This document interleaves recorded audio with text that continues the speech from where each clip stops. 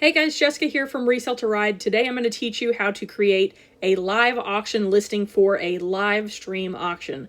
So here on the home screen of thedollarauction.com, down at the bottom right hand corner, you see my profile picture. That will be your profile picture. Click on that. On this menu screen, you'll see your name there at the top and then seller dashboard. Just below seller dashboard, it says new listing. Click on that and that'll take you to this screen. At the top, you can see this is already set to live auction. This is where you change between regular auction, live auction, or giveaway. If you choose the green one, the regular auction, it will not work for a live auction. So make sure you have live auction selected and then hit done. Then up on the top, you see these boxes. Those are for your photos. Click on the little plus there, and that's going to take you to this screen where you can take a photo of whatever the item is, or you can choose one from your library. I'm just going to go and choose my basic photo that I use. It's just a generic photo that I use. We'll hit next. And then, of course, you can add more photos. Like if you have a flaw on the item and you want to make sure that somebody sees it before the auction starts. Then next is your title. I always start mine with number 1. That's just a personal preference. And we'll put random item. Put whatever it is, of course, when you do your own listing. Then the next thing that we have is description. You want to describe your item here. You don't have to get too into detail because you're going to show it during the live auction. I always put a generic message here that says condition shown during live auction.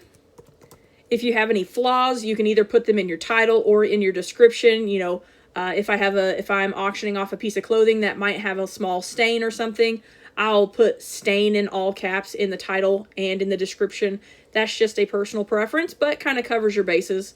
Next is your starting price. All starting prices must be $1. If you put anything more than $1, your listing will be removed by one of us.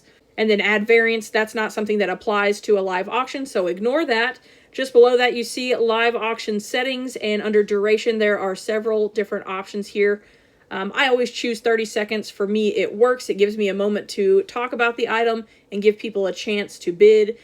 Personally, I think that 60 seconds is a little too long. For me, 60 seconds feels like forever during a live auction, so 30 seconds works for me, but you choose what works best for you. I always pre-list my items in my auctions, so I always allow pre-bids. I make sure that this is turned on.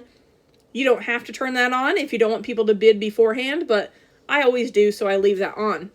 There's also the option for sudden death mode, and what sudden death mode is when you get down to the last couple seconds of the auction, once it gets to 0, that's it. So if you have this turned off and you do just the regular soft close, when you get down to the last couple seconds, if somebody places a bid, it'll add a few seconds to the timer, so that allows other people to bid again. Fulfillment, which is shipping, you have the option for shipping profiles. You can click on that and add a new shipping profile there at the top. I have some listed from long ago that I never use, so but this is where you would choose those and set that up if you prefer.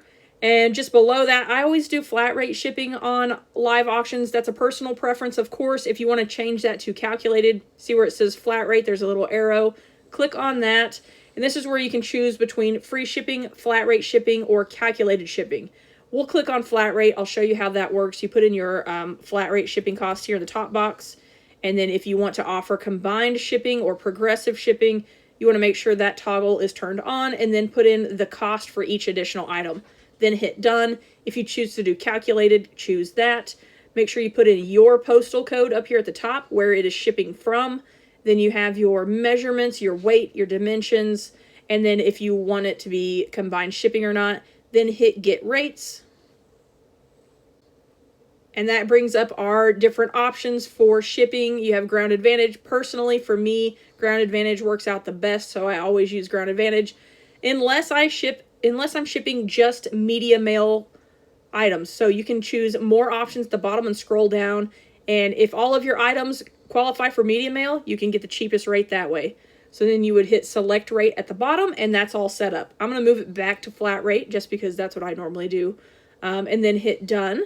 And you can see that set up there. Just below that, you see Canada and global.